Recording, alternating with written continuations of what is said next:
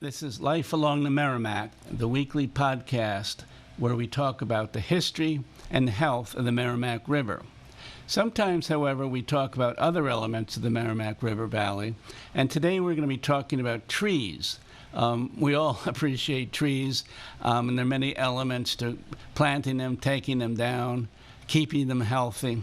And today our guest is Chris Miller, who is chair of the Newburyport Tree Commission. Welcome, Chris. Thank you very much. Chris, it's reassuring to know we have a tree commission in town because as we drive down any of the streets, and we have some wonderful tree-lined streets here in town, you know, some trees are healthier than others, and of course you have to plant for the future. Can you talk a little about the commission? When was it formed, and what are the goals?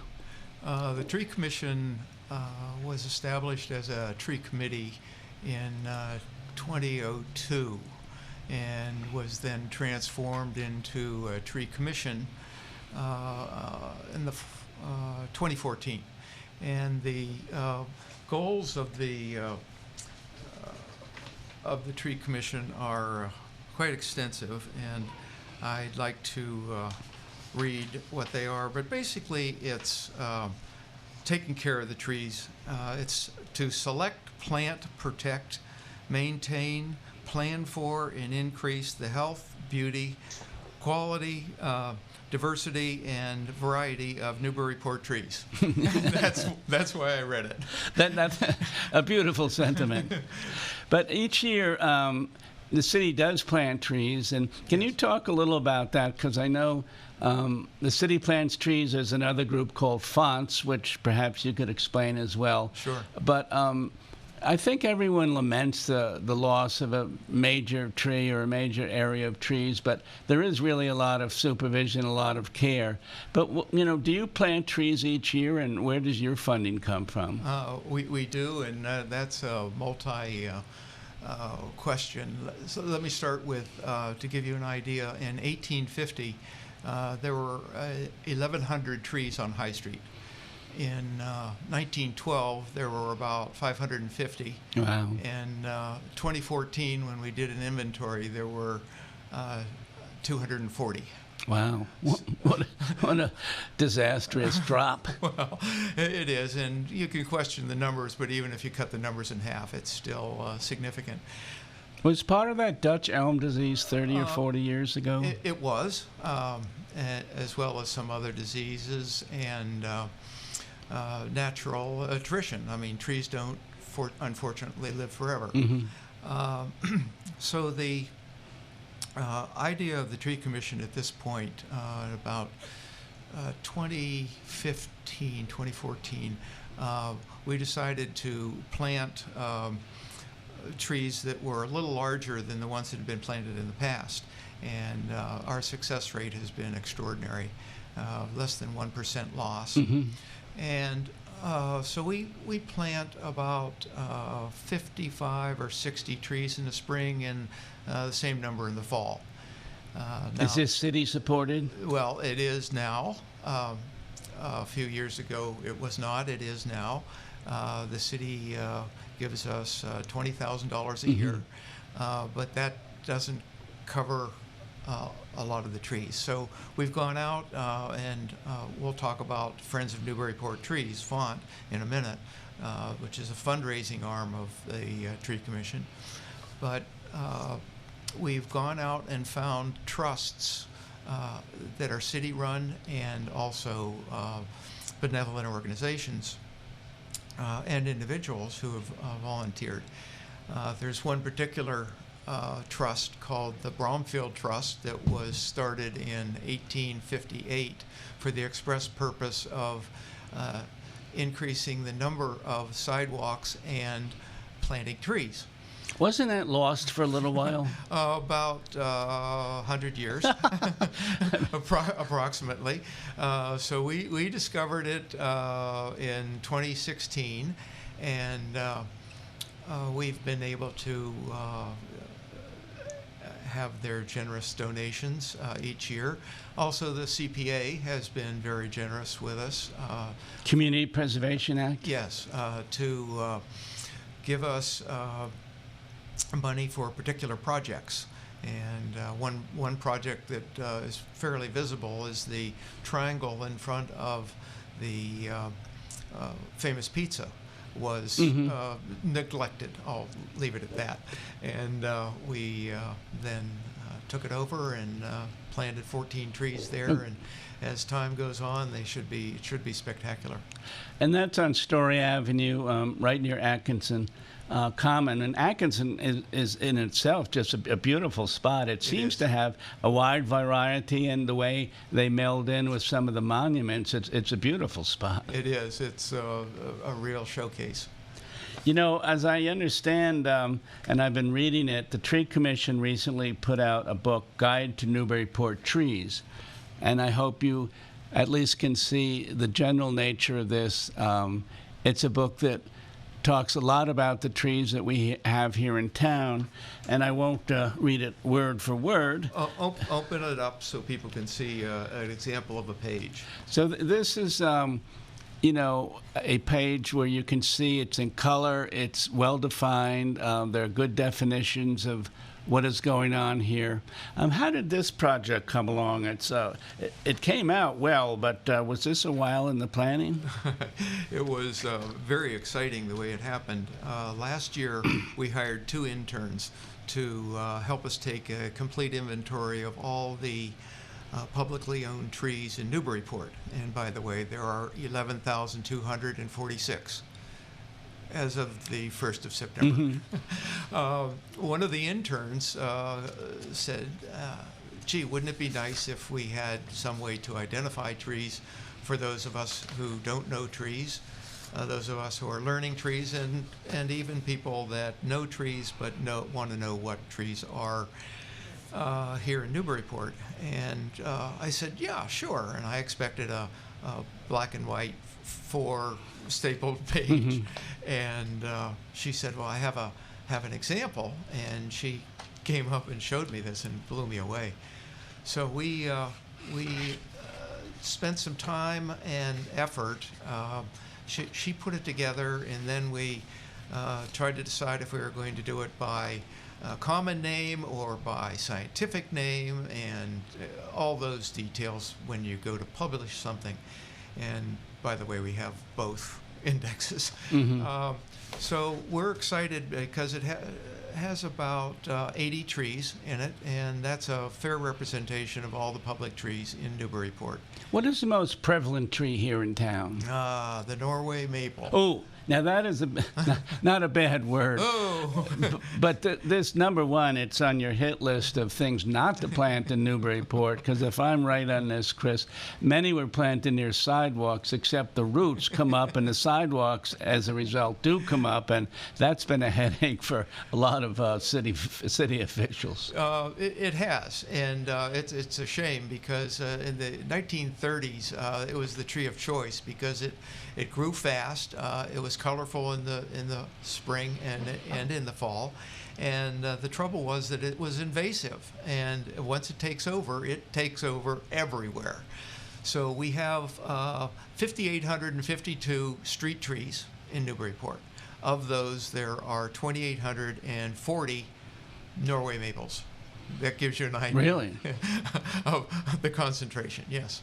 Well, your numbers are remarkable. My one number for the day, which I get from Wikipedia, and of course everyone knows that may be approximate, but Wikipedia points out that there are 3.1 trillion trees in the world. Now, they point out that's only an estimate, which I had to laugh at. I mean, if we had an exact call on every tree in the world, it would be a remarkable thing. But getting away from the Norway maple, what are some of the other trees here in town? We have a number of types of oak. We have elm, which are there are elm trees that you can plant now. In fact, we're planting 25 this fall that are resistant to the diseases. And of course, various types of maple, a lot of pine trees, not as street trees, although there are a few. We kind of frown on that because a pine tree doesn't fit by the sidewalk very well. There are others, varieties that we've started to plant. We try to plant, of the 50 or 60 trees, we try to plant between 10 and 15 different varieties of trees. So we plant the right tree in the right place. And it's under the wires, we plant smaller trees that grow smaller. There's a Japanese lilac that will bloom in the spring, and the fall colors are nice. And it grows about 20, 25 feet, which is great. And then there are cherry trees and crab apples and trident maples, another type of maple that grow shorter. Now, you have a great knowledge of this, and, the commission has done good work. How did you get involved, Chris? Were you in this field professionally, or did you come on to it later in life? Well, I was in the software world for about 40 years and retired about 5 years ago, and tried to decide what I wanted to do when I grew up. And I always loved trees, and been a woodworker and now a wood turner. So I saw an ad in the paper looking for someone to join the tree commission, and I had absolutely no idea what a tree commission was or what it did. So I raised my hand, and the mayor thought that I would fit, and it's been uphill ever since. Yeah, and in terms of another area that's really quite beautiful and we're blessed by is Maudley State Park, but I don't think that's under your purview, is it? No, thank goodness. we have our hands full with the 11,000 trees.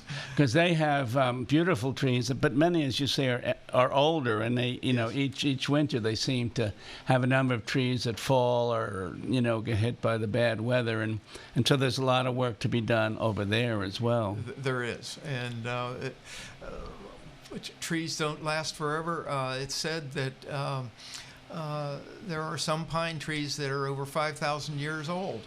Unfortunately, the average street tree lasts about 13 years. Really? Which is a bit of a problem. So you always have this replacement problem of the aging trees that disease hits, and then you have the periodic accident where a car or truck will run over the tree.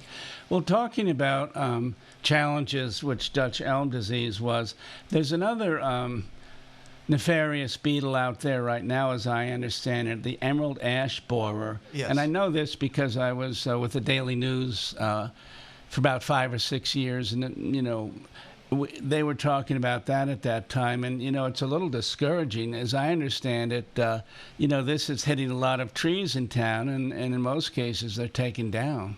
The emerald ash borer is an interesting creature. It's about the size of a penny.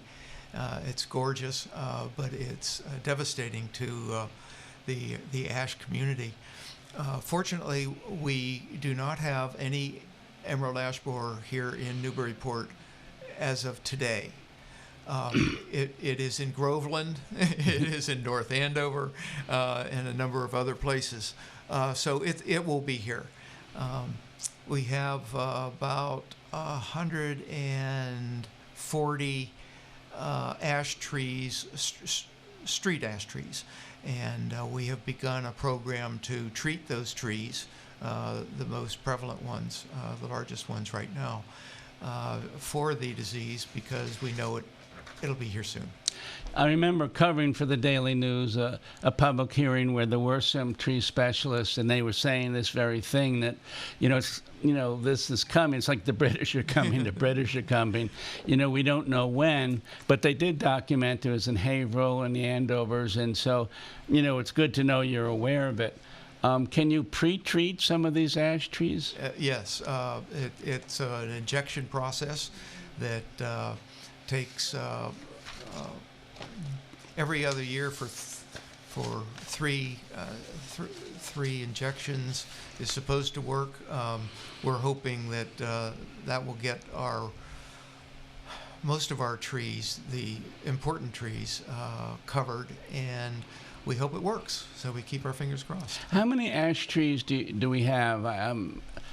I wouldn't know if you know the exact number, but do we, is that it is prevalent, but how many do we have? About 140 owned by the city.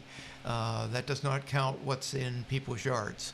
So the problem is that you treat the one by the street, and the one in the backyard gets it. So all we can do is the best we can do. When we go down High Street, for instance, although, when we look at trees, and there have been a lot of new trees planted along High Street in the last few years, do we know if that is city property or private property, or does each instance is its own case and it's not clear? It's all city property that we plant. I mentioned in 2014 there were 240. We have over 500 trees now.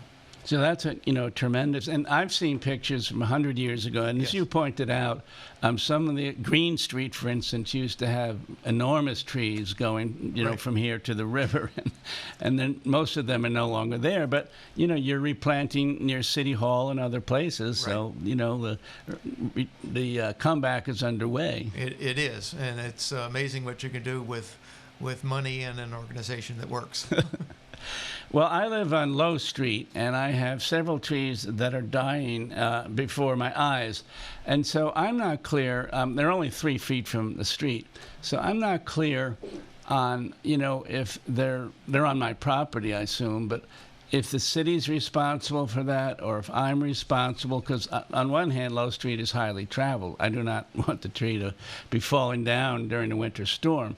But is there a way that a homeowner like myself could determine, well, who owns this? And, can they remove it if it's going to be danger to the community? The answer is yes and yes. You can go online, and there's a map that shows property lines, and it'll give you the best indication without having it surveyed. And that's what the city uses as their guideline, and it's different for every street. Some places on Low Street, the easement goes back 20 feet, and in other cases it's as close as 3 feet to the road. So each individual homeowner has to determine where that line is. So it'd be probably useful for someone like me to check with the city. First of all, I don't want to take down a city tree at my own expense. Thank you, and you don't want to do that anyway. So, but it sounds like it's useful. The city has people who come out, check the records, and at least have some good input here. We do have a certified arborist on that works for the DPS now, who is excellent. He's one of the finest tree men that I've ever met. Do we know his name? His name. It's not Jamie, is it? No. Jamie Tucalo? No, Jamie is the tree warden. Okay. The arborist is Lance Rickard. Okay. And he's a fabulous tree guy. He's the one that you see up in the buckets taking down the dead trees. And he also helps us evaluate with our people which trees are dangerous, and is a great guy. He'll come out and take a look. That'll be good. And in terms of, we frequently talk about the pollution of the Merrimack River here, the health and history of the river. And again, I'm Dyke Hendrickson, host of Life Along the Merrimack, and I'm with Chris Miller, who is the head of the Tree Commission, but an alert citizen. And I'm just wondering, Chris, where did you grow up? And if you grew up near water in your day, were there challenges with pollution in rivers, for instance? I grew up near New York City, and the Hudson River was challenged then. It's challenged now. Where did you grow up, and were there challenges then? I grew up in Pittsburgh, Pennsylvania, and you can imagine. If you've seen any pictures of the 40s and 50s of Pittsburgh, it was really bad. In fact, there are stories of U.S. Steel experimenting with their new steel that they were making. They'd put it in the river and see how fast it would rust. Unfortunately, the steel mills in Pittsburgh pretty much went by the wayside, And as a result, Pittsburgh's a beautiful, beautiful city now. Were you young people? Did you swim in the river in those days? We'd walk in the water. I ask this because people here in town who've been around for a while, so their mother said, "Don't go near the river. If you fall in, you're going under the hose immediately." So I guess you did not swim. We did not swim in the rivers in Pittsburgh. Outside of Pittsburgh, up in the mountains, of course, that were beautiful, and all the rivers that fed the Monongahela and the Allegheny. Well, talking about water issues in western Pennsylvania, the Johnstown Flood was, certainly a major event then. And as I understand, the only reason I mention it is I understand it used to be a resort of sorts for many people from the Pittsburgh area. They would go up to the mountains and, but that was one of the great disasters. And I think there's several books. Maybe it's been 100 years now, but I've seen several books on it recently. True. How did you find your way to Newburyport, Chris, if you were from the Pittsburgh area? I worked for a variety of different companies and did some software startups all over the country, and ended up in Boston. And we'd been in Boston, in Andover for 12 years, and finally decided that we wanted to downsize a bit, and ran into Newburyport and just fell in love with it. Absolutely fell in love with it, and that was 20 years ago. Well, that was a similar situation with my wife and I. We were living in Lexington and not too happy, and then we came up here one day. We went to Plum Island. We drove around the area, and, of course, then we went to the grog. And after an hour or two at the grog, we said, gosh, this is it. I mean, why look any further? But it was funny. This was the mid-'80s, and Boston Magazine had a big story, the last communities where you can buy a mansion for $150,000. So, journalism, it can distort things. So we said, a mansion for $150,000, why not? So we go up here. With our checkbook, there were no mansions for $150,000, of course, but we were fortunate to be here. What are some of the things that you've liked about the community, Chris? I mean, 2 decades is a long time, but still, what have you enjoyed here? We enjoy the variety of activities. We love the art community, for sure, and the feeling of community. Having lived all over the country, there are very few places left that have a town feeling, community feeling that is really nice to experience. The close proximity of things. We're close to Boston, actually close to New York, relatively speaking, and of course we're close to Maine, which is dear to my heart.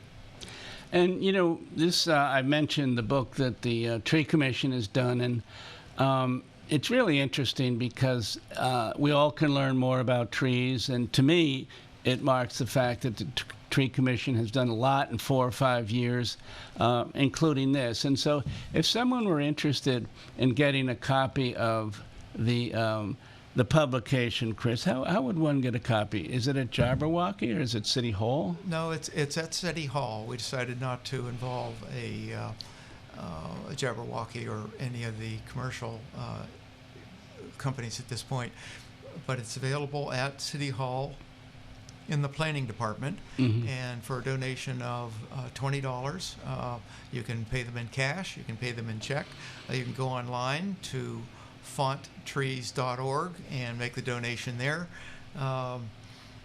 or you can send us a check, P.O. Box 1155, and we'll get the check, and thank you very much.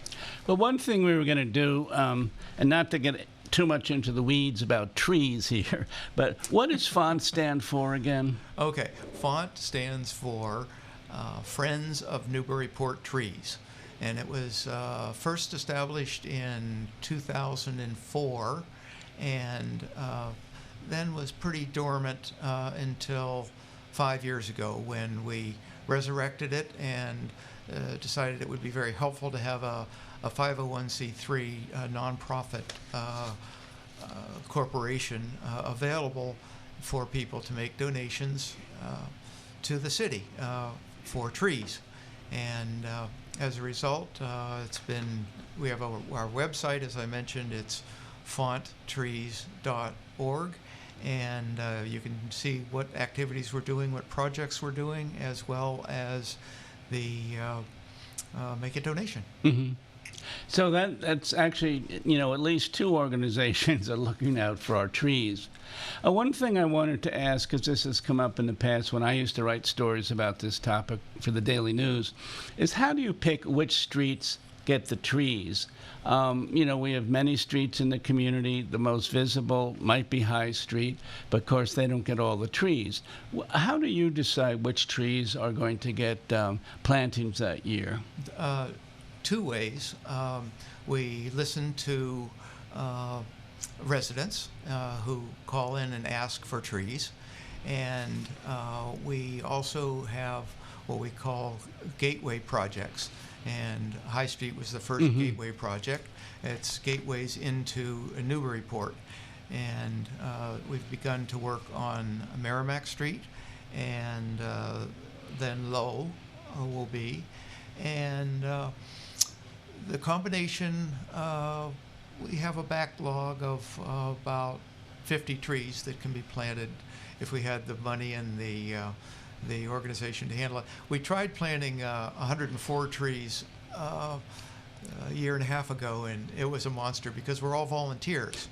I was going to ask that. Yeah, we're all volunteers. And did the city crews plant them, or do you plant them? We don't. We contract it out, and we go out for bid, and we purchase the trees from a variety of different places. We go out for bid for planting, and then we go out for bid for watering the trees. And those are all the green bags that you see around town. And and you've probably seen them. I'm talking to the listeners now about the trees with little green bags, and that's to retain moisture. It's a bag that will hold 20 gallons of water, and we water the trees 15 times during the growing season, and we water the trees for 2 years. And we found that after, the experts tell us actually, after 2 years the trees are either going to be dead or it's going to be established.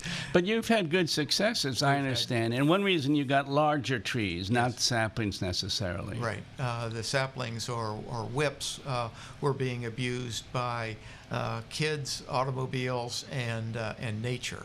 And so we plant 1 3/4 to 2 inch diameter, or DBH, diameter at breast height, little technical term there, for all of the varieties that we plant now. And that has a nice root ball on it, whether it comes in a container or a burlap. So this is Life Along the Merrimack. This is WJOP Newburyport. I am Dyke Hendrickson. You're listening to Joppa Radio at 96.3 FM. My guest is Chris Miller. And we're just about finished here, Chris. You're with the Tree Commission. Do you have any events coming up that the public would be interested in? Or on the other hand, I guess at the least you would say come down to City Hall and get a copy of the book that you guys have put out, which is really terrific. It's very knowledgeable. Anything that you would mention coming up this fall? We do talks, tree talks. We call them shady talks. That's a good everything you wanted to know about trees but were afraid to ask. And we do this we're going to have an upcoming one to Rotary. The one open to the public, please come. November 23rd. Oh, good. Is for the village. They're putting it on. And so that'll be open to the public. And we have various events that we'll be advertising on the Font website. Good. Well, that's good, and that does it for Life Along the Merrimack. I'm Dyke Hendrickson. I was with Chris Miller, the head of the Tree Commission. We'll be back next week. We'll talk about the health and history of the Merrimack River, and other things as well. Thank you very much for joining us.